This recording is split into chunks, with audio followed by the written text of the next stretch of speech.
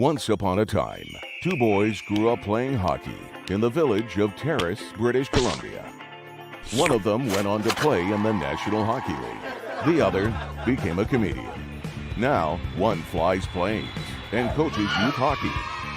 The other is still a comedian and owns new skates. This is their podcast, Enjoying Orange Slices with Jeff and Ian.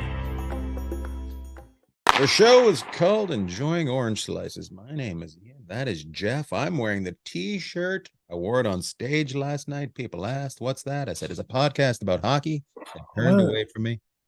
Is that? I didn't even notice that. Now I do. I see that. Okay, I had to take my glasses off. That's the best way to see. I see. I got a little bit of glare today, but I got a little bit of red. Apparently, my blood pressure is way over the top. Yeah, I got to see. Yeah, you're pretty red, and I got some glare. I look like orange. I almost look like Trumper. Yeah. You've been giving speeches all around. I look like I got the tan. You've been talking about a 737. This is the best plane I've ever. This is the best plane I've ever flown. This is the best plane. Yeah. Good for you. You're red and I'm orange. Perfect. So, you're still in Seattle. A couple more weeks up there, right? Yeah. So I'm up in the Emerald City. I'm keeping an eye on the Kraken up here. Have they? When did as training? I know. Rookie camp has started, right? Mm-hmm. But when do the veterans start coming in? You know what? I think they do physicals this next couple of days, and I think they kick off between the 18th and the 20th. And the rookie camps are going this weekend. So main camp actually might start Monday or Tuesday. So the rookie camps are all going. So they get together in different places. So they're in Vegas this weekend. And then there's, I think it's Traverse City. And so Detroit hosts that one. And then Penticton for the Canadian teams, or the Western ones. And so they all get going, and then those guys all ship out and head to main camp. And I was thinking the junior hockey teams are just about ready to start too. Like they're ready to start their season next week or so. So lots going on. Trevor Wong was named captain of the Saskatoon Blades the other day, a kid that I met while I was on tour with Bert. Good for him. That's probably pretty exciting to be named captain of your junior team. Yeah, I think it speaks to what kind of kid he is. And, you know, that's a lot to be on a young person, but that's pretty impressive. Yeah, it's a great honor. Speaking of young people, another one of our an alumni of Enjoying Orange Slices, Adam Lowry, is now the captain of the Winnipeg Jets. Yeah, that's great. I mean, last week we had a up-and-coming young defenseman named Quinn Hughes in Vancouver get named. Now you got kind of still a young guy, but a veteran presence in the Winnipeg organization. Kind of more your gritty guy, kind of like gritty. He's real gritty, and I think he's going to be great. Lead by example, right? Yeah, and he's the kind of guy. I think they love him, and I just really how could you not love that guy? How could you not want to be around that guy? I just really think, you know, when we had him on, I still think the same thing today. As I think his ceiling is so high. You know, like. He's tough as nails. He's grown up playing defense in this league, trying to, you know, play against the best offensive players in the other team. He's got a huge upside offensively, I think, as well. Mm-hmm. And I think he'll do really well as a captain of the Winnipeg Jets. I think it's a fantastic pick. So Adam Lowry. And I think what he'll help do is, as he gets comfortable with the role, I think, you know, there's been some, you know, uneasiness or unevenness with Winnipeg the last few years. Winnipeg. Winnipeg. Winnipeg Jets. I guess maybe it's my speech. I'm orange. Maybe I should be checking myself in tonight. But I think he'll help kind of get the identity and the camaraderie and kind of get the dressing room back. Maybe to the way they had it a few years ago when they had all that success. Because if you look at the best teams, they usually always have a great dressing room and really good people. Yeah, So but people want to go to work. That's the teams that are the best, right? When the guys want to yeah, go to work, and yeah. you could tell last year in Winnipeg and a couple different places that people didn't want to go to work. So, yeah, yeah, Now some of them are going to work in LA. yeah. Now some of the people that don't, now some of them are actually on a plane to they should be already in Melbourne. LA Kings and the Phoenix Coyotes are playing 2 games in Melbourne, Australia, and doing most of their training camp over there. That should be interesting. Yeah, that is like, I don't know. I love the fact they're growing the game, but that does take a toll, and we'll see how Arizona and LA look, because Arizona, put the building aside, they have they've had a really good summer, and they got some really good They young got some good players. pieces. Yeah, they've got some really good young players, and they brought some great vets in, and their goaltending was really good last year. And of course, the Kings, they're expected not only vie for a playoff spot in the Western Conference, but they're expected to win a round or two, right? Like, that's how Mhm. that team's built. They're built to contend. So we'll see. We'll see what happens with both teams. I like both teams. So we'll see how they do when they come back from down under. Let's go. We're going to go back to training camp. I'm going to ask you a couple questions. You mentioned they do physicals. How do you fail a physical? And what happens if you fail a physical? That's a really good question.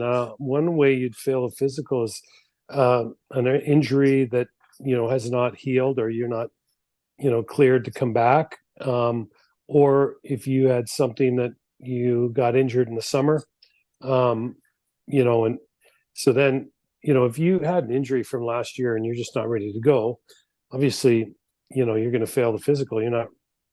You're not able to perform. But if you come into camp and you tweak something, or you have a little bit more serious injury than maybe you reported, then that's a different way. And then the team's going to be looking to get their doctors and, I don't know if lawyers, but they're not going to want to pay if you got hurt in the summer, right, on your own. So, Mhm.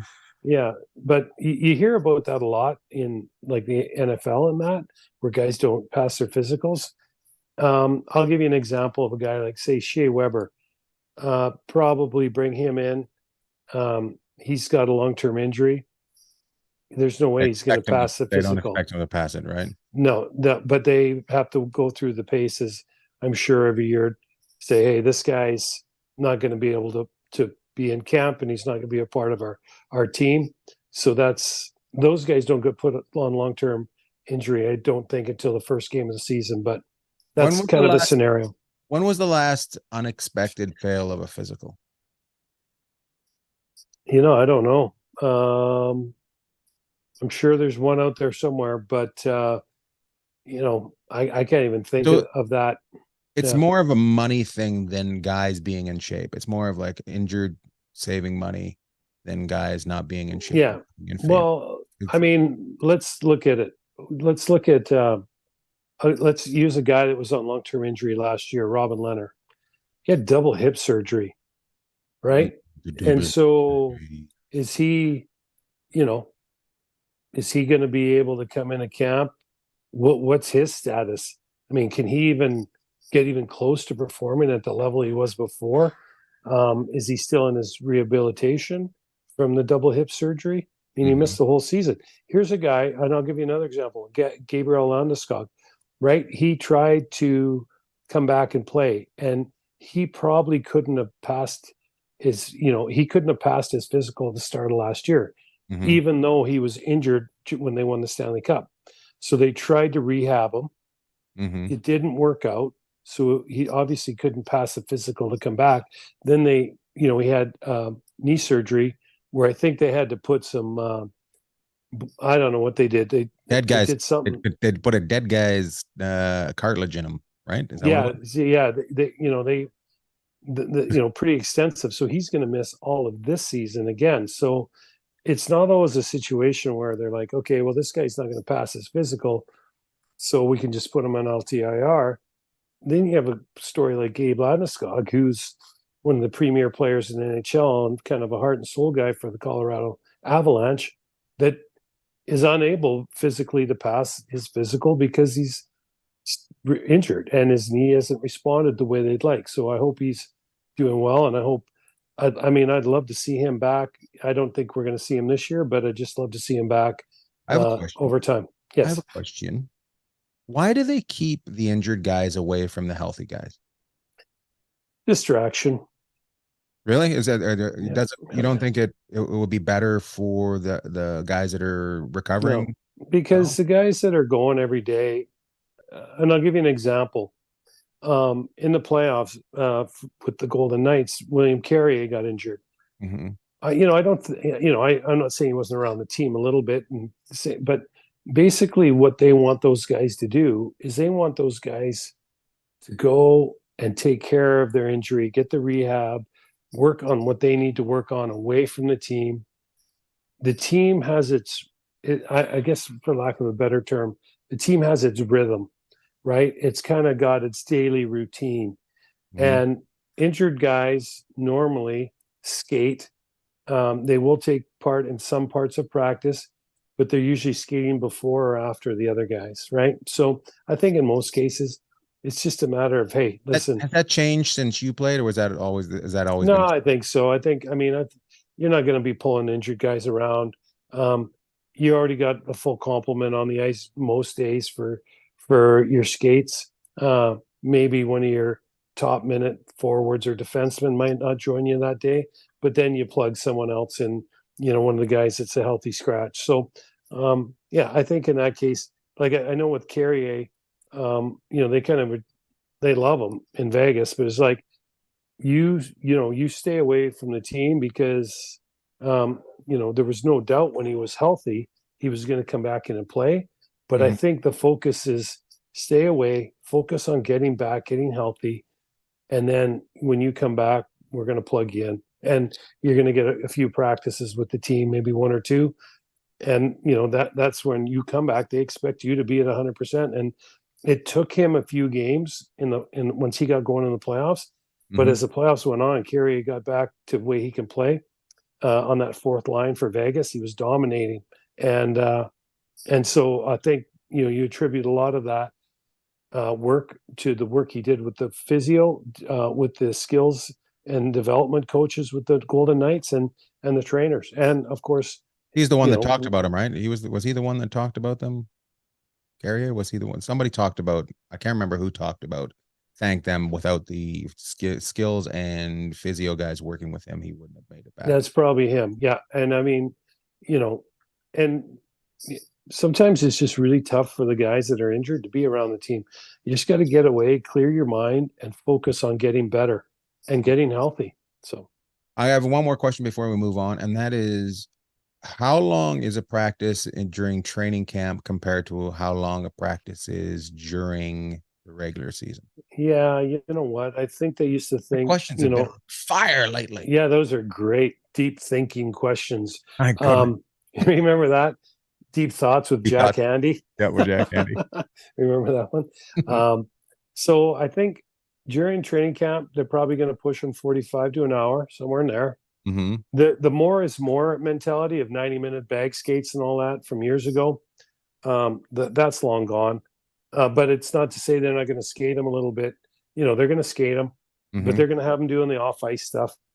I mean, if to wear them out, they're going to have them do more off ice stuff to wear them out, right?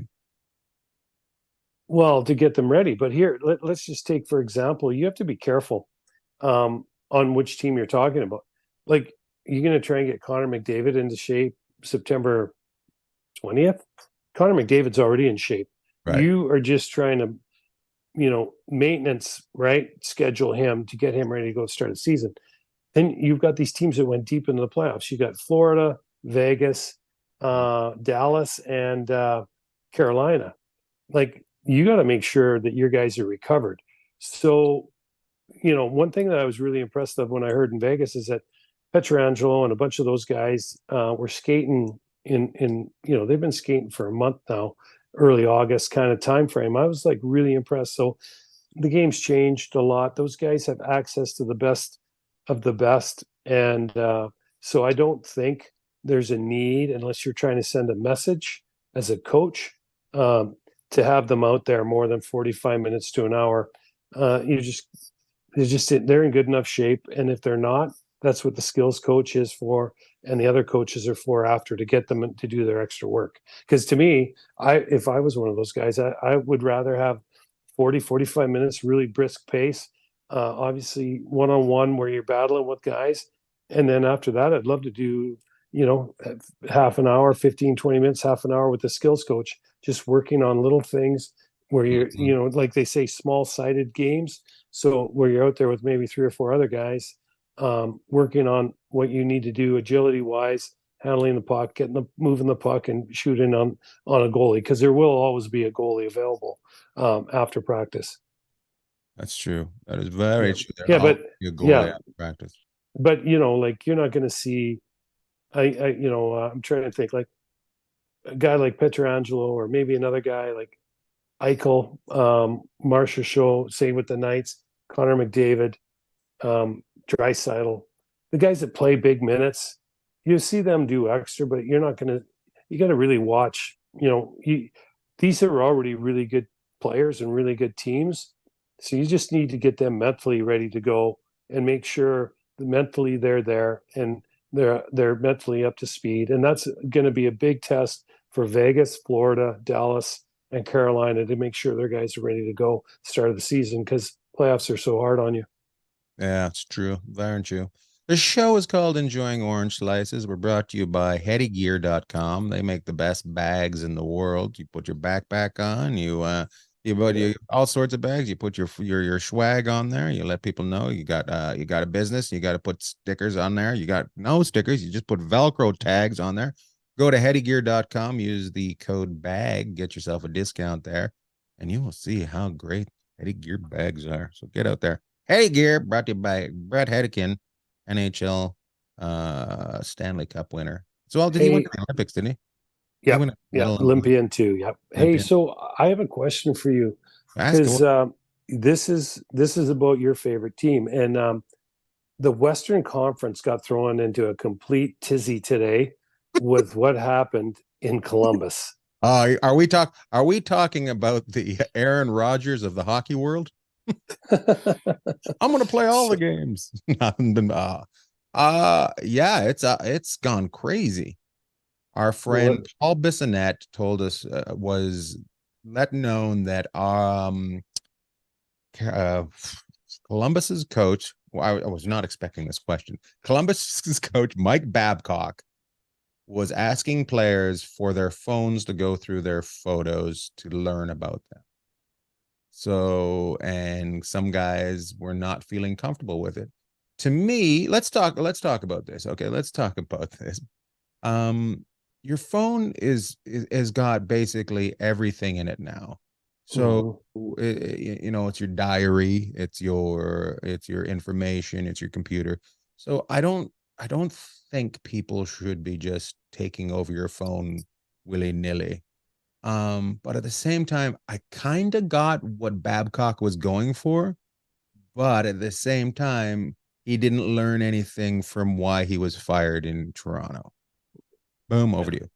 Yeah, I just, it's amazing that we're talking about this with this coach at this juncture of his career, because, Toronto ended poorly. Basically Columbus, the same thing. Yeah, like there was some behavioral questions, I guess. I mean, we don't know everything Bully that's going behavior, right? Yeah, but he's a smart guy. I mean, this is a guy that. But once a bully, always a bully. I just don't. I can't think of why you would ask another grown person, or hey, do you have any pictures of your family? Do you mind sharing, like showing them, and can I have a look? See your family, or at least say, hey, when you come in, I would like you to bring me in a folder, because that's how everything is, a file of 10 photos of your life. That's how. And you can look at one side of it. Obviously, Biz blew the lid off it, and people weren't. I'm just trying to get my head around why you would ask to. I'm assuming, did he have their phone in his hands? Like, I mean, obviously some of these guys said, yeah, sure, take my phone. But in that position, you have a person of authority that has direct control Mhm. over your career. What are you going to say? You know, and you have to You be, can't say yeah, no. You and can't say you're no not because, expecting it. and then you're probably freaking out if you've said anything bad about him in text messages. You're freaking that he has your phone. If you you got it's just it's too much. It's too much. It's silly for a guy that's being paid millions of dollars. It's the most ridiculous way to approach something. And Yeah. how is nobody else around him that are his assistants going, hey, no, those your assistants are also supposed to protect you from your stupidity. Well, but it calls into question a lot more than, what's going on in Columbus, right? Like, That's they yeah, went out to look for another coach. They're that's spending what they money, came up with. and they landed on Mike Babcock. And Mike Babcock's resume is outstanding, but and I don't know, was there a trend that started in Toronto? And so, like, to me, again, if you want to see why some organizations are really good and some organizations struggle, this might be a scenario where, how deep a dive did we really get into? And maybe it was Much the work to most, do. yeah, Yeah. maybe it's the most innocent thing in the world. I don't know. I can't think of the life of me, why you would ask someone, hey, if you're looking through, hey, I got some pictures on my phone, or hey, here we are, and traveling, or I honestly I don't believe know. I I don't honestly know. believe it was to be innocent, like it was to get to Yeah. know guys, but the approach of it was not, was something that he didn't learn when he was fired from Hmm. Toronto. Yeah. He bullied he instead of just doing it the way that should have been done by asking for a certain amount of photos to look at, to get to know somebody. He just took it. Like he took it. I mean, just think about it. Hey, you know what, guys, we want to try and, make this family orientated, inclusive. I really like bringing some family pictures, But it some doesn't. stuff that, I don't even and think. we'll I put don't it think he around the was going room. with I don't know family. what they're, yeah, I don't I know, don't but think it was family. yeah. Just show me what you did this summer. Show me show me about you. Like that's all you have to do. Yeah. You don't blindside somebody like that. Well, was he a psychology major or something too? Like, I mean, He Mike, definitely he's plays that game. yeah, he's I think he's a well-educated guy, and he's He been definitely around for a plays long that time. game. Like, I don't know, he's got to be late 50s, early 60s. He's been in the game. He played in the Western Hockey League with the Kelowna Wings. I mean, he was one of the inaugural members of the Kelowna Wings where I played. He was just a little bit older than me, so I just missed him. But this guy's been around the game a It long must be time, and 40. he's got to be late 30s. But I mean, again, you there might not be the slightest bit, and there's might be nothing nefarious about what he's trying to do, but at the end of the day, you're His only approach is good. though. His Yeah, approach. it just doesn't make any sense. And I draw I look and I go, okay, you obviously, I don't know, didn't learn anything from what happened. Now Columbus has to look in the mirror, and they got some people there, like John Davidson's the president. Everyone loves John JD, right? They call him JD. John Davidson's been around forever, but I think everybody's got to look, and do some soul searching in that organization, because they got to find a way to get this thing headed the other direction. And I just I feel bad for the organization. Well, I feel bad for the team, and I can totally understand why some of these players, and if not all of them, were like, "Hey, you know what? This doesn't Well, feel right. I don't well, your like it." And problem is not everybody's going to feel that way, and some of them are going to be annoyed by the guys that felt that way. And yeah, yeah, you've caused a rift in your room, no matter what, before the season. No yeah. matter no matter Hmm. what, somebody Well, rift. no, for sure, 100%. And yeah, I look at it and I think there's probably some guys who are really probably, I don't know if the word's offended by it, but probably didn't push back because they're like, maybe didn't think they were in a position to do so, which right then and there, like when you ask somebody for something, like you got to be really careful. And I mean, the NHL is still going through, from what happened with the Blackhawks and Kyle Beach trying to get out from the underneath that, where Well, Kyle Beach that's didn't, one thing I wanted to bring up was yeah, he didn't feel like he could say anything. right. And that was in what, 2011, or maybe it was, I can't Whenever they remember won, what, whenever they 10 won or their loss, 13 or somewhere in there. So we're whenever they won almost their 10. last Stanley Cup.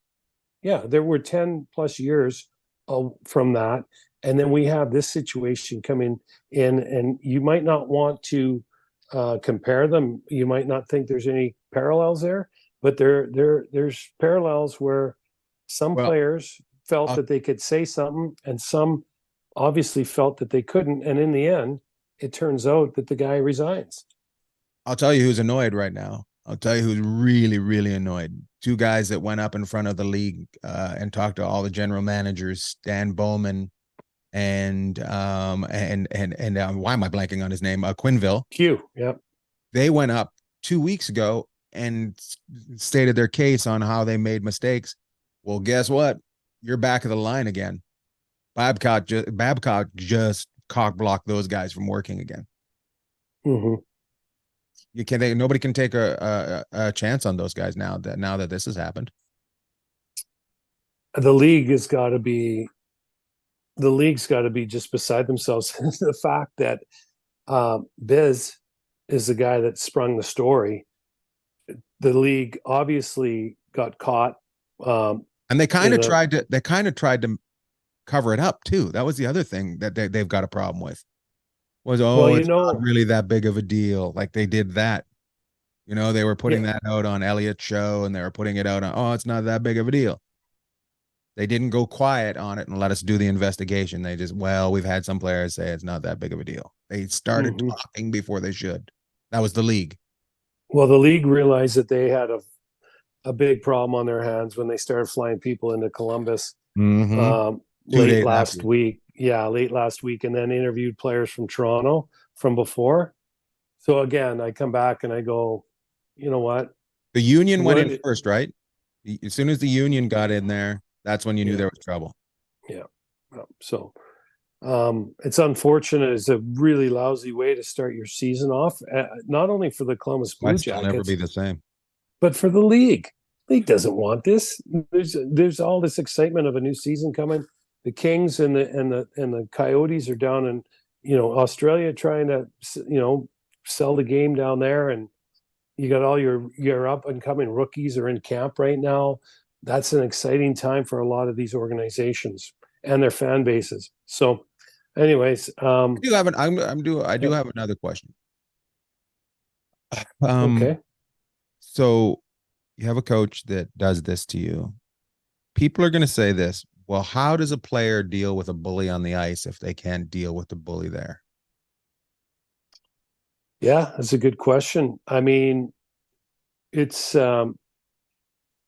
I just, again, I think the organization, there is no answer. And especially people in perceived or in positions of power, like he was, got to know better. Like, I mean, I don't know. I mean, the person that's supposed to be your protector should never be the bully. This guy was the face of turning that organization around. And now all of a sudden it's like, where do we go from here? Who's on first? And so it's unfortunate, but I feel bad for the guy that's taking over. Well, here now let's just look at this. Okay, so if you want to compare a story not similar, but I'll try and give a story of some similarity. Just before the season, although this coach wasn't accused of doing anything, Patrick Waugh in August of it's got to be 4, 5, 6 years ago now, left the Colorado Avalanche. And there was a young fella by the name of Jared Bednar that came in. And so things have worked out pretty good in Colorado since that happened. Now, his first year there was one of the worst years of any team, maybe ever in professional hockey, right? And so we don't need any more of those years in Columbus. But if maybe this is the turning point, I don't know, because you look at Colorado now, and obviously they've drafted extremely well. They've brought in some key free agents, made some great trades. Joe Sakic and his group, and Bednar and his coaching staff. So maybe was it Pascal is the next Bednar in Columbus. Yeah, I do agree with you there, but the only problem is you don't have Sakic as the general manager. I think what's his face, the Finn might have to go. Right, the gentleman. He's a Finn. Keikalainen, I think it's like, isn't it like Keikalainen? Yeah. I'm not gonna say it. No, we tried. But yeah, maybe. I don't know. He's the guy that made that decision. If you're the guy that's the owner of that organization, you are going to bed at nights. Well, he probably got money, but I imagine it's all kind of settled on the side now. Hey, listen, you go away. Do you think he got any millions? I don't know. Because if I'm the owner and I see a guy coach not one game and walk away with millions, somebody else's head's rolling. Yeah, but if you think about it, you don't want to be the guy that steps over a dollar to pick up a dime either. Like, it might cost them right now, make it go away, because if they would have kept this thing going down the road, it would have cost them tens of millions, maybe more. Yes, absolutely. Mm-hmm. And it's not like there's a lack of talent on that team. No, and this was supposed to be a new beginning. Strongest team in the West. They're one of the strongest teams. Like, I really expect them to make a run for it in the Western Conference this year. Oh, goodness. Oh, well. All anyways, a horrible situation there. Horrible for the league. Horrible for everybody. And, it just sucks. Be smart. Just don't bully people. And, if you got an idea, check with other people. How do we do this? How do we make other people feel comfortable? Because you're trying, and that's a weird way to build a team, by pushing people around. You don't want to push people around. You want to be equals. So, anyways. Well, you got to find a way to connect with them, and whatever. It's a good idea. That was the way to do it. Tell me your life. It's a good idea. Yeah. Well, I didn't draft you. Tell me about you. I don't know. Tell me about you. But just give me your phone. I'm going to take a look at it. Well, something happened on the way to Grandma's house, right? Like, this thing went off the rails, and maybe they should have got out in front of it and said, "Whoa, no." Especially Mike Babcock himself could have say, "Hey, whoa!" But it almost got to the point where it got carried, kind of took on a life of its own, and there was nothing you could say or do, no matter how upfront and how much you were trying to connect with your players. And here's another thing about having older coaches, and this guy's got he's got tons of experience. You got to connect with these players, and as we get older, you better find a way. Like, friends of mine were telling me that their kids are asking them now what it was like in the 1900s. Hilarious. Hey, that is awesome. Like, I just laughed. Like, one of my buddies was telling me the other day, his daughter's like, "Hey, Dad, what was it like in the 1900s?" So that's kind of a cue right there, right? Hey, we better get up and stay up with things and be innovative and change the way we look at things. And in hockey, like many other things in life, we're very stubborn to go in another direction because this is the way we've always done it.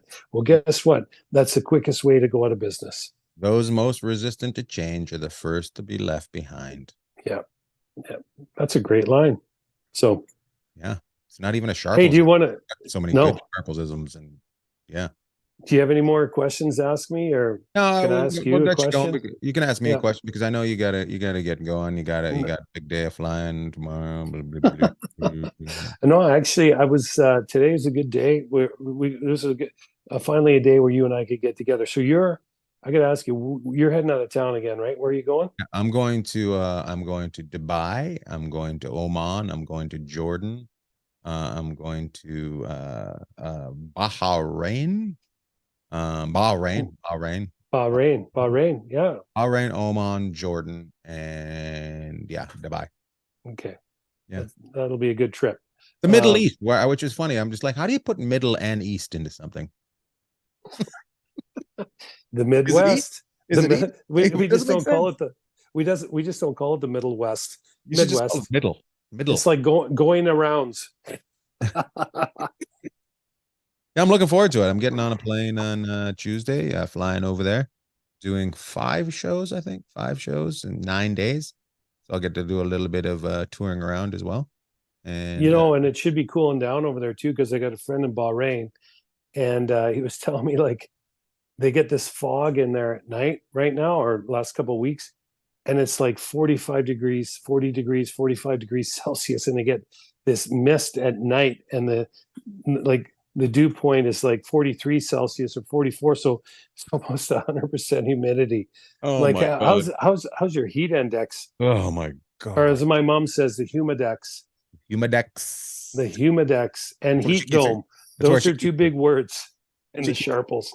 That's funny. She keeps her cigars in the humidex.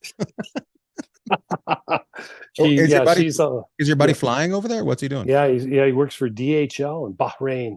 Oh, nice. Yeah. For those of you who don't know, let me know. Well, he's over here right now, so I can't come out to a show. No, he came out to a show the other night. You gonna name drop for Kaylin? I'm gonna totally name drop. Good. Gene Simmons and his wife Shannon Tweed came to the show, and they were fantastic. Was he sitting up front, or did you talk to him? At the back. Yeah, I talked to him. I sat down because I've gotten to know his son. Another name drop. His son Nick. So I said, I went up to him and I said, I'm Nick, your son's friend.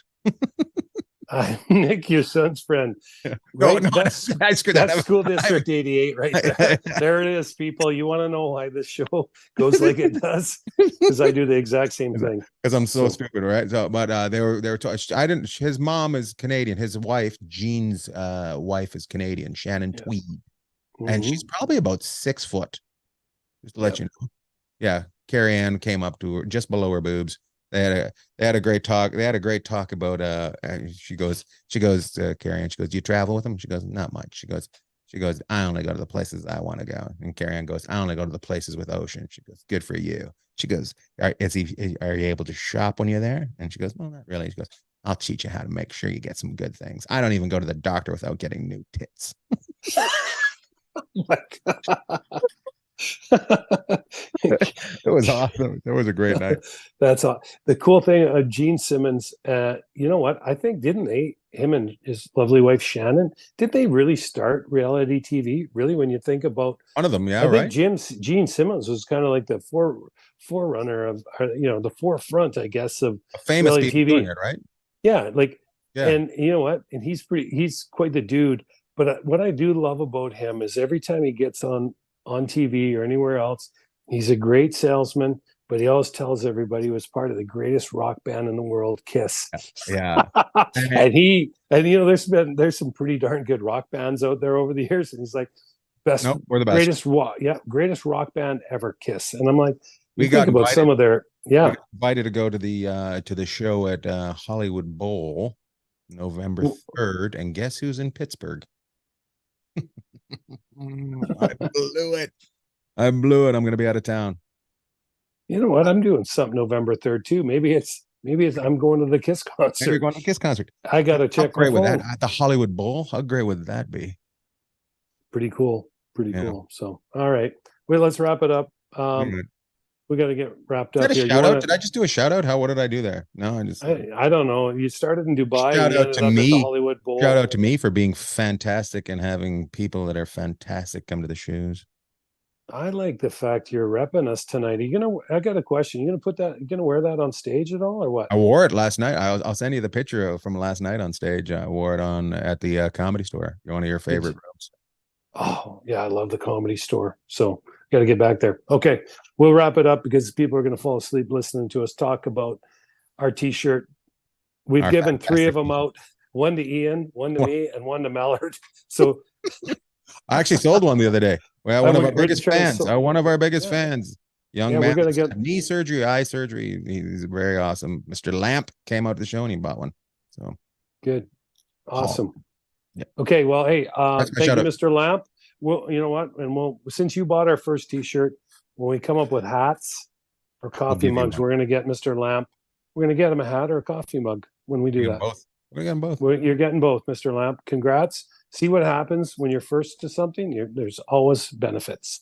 As Ricky Bobby would say, either first or last. Nope. Was it first or second? Second or last? I don't Who's know. that? Ricky Bobby? Ricky Bobby. Ricky Bobby. What would Ricky he say? Bobby, you're the first or your last.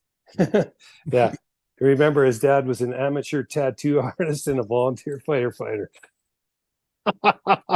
Okay, shout outs this week. My Aunt Bev, her birthday up in Penticton, British Columbia. Happy Beautiful. birthday, Aunt Bev. Have a great birthday. I will not, unfortunately, be there for that, but I will be there shortly thereafter in October. So happy birthday to my aunt and my uncle in Penticton, who always took such great care of me when I was a youngster down in the Okanagan Valley, where I thought, you hit the high life. When you grew up in northern British Columbia, you can get down to Penticton or Kelowna. You thought you got it made. That was our Vegas. It was our Vegas, yeah.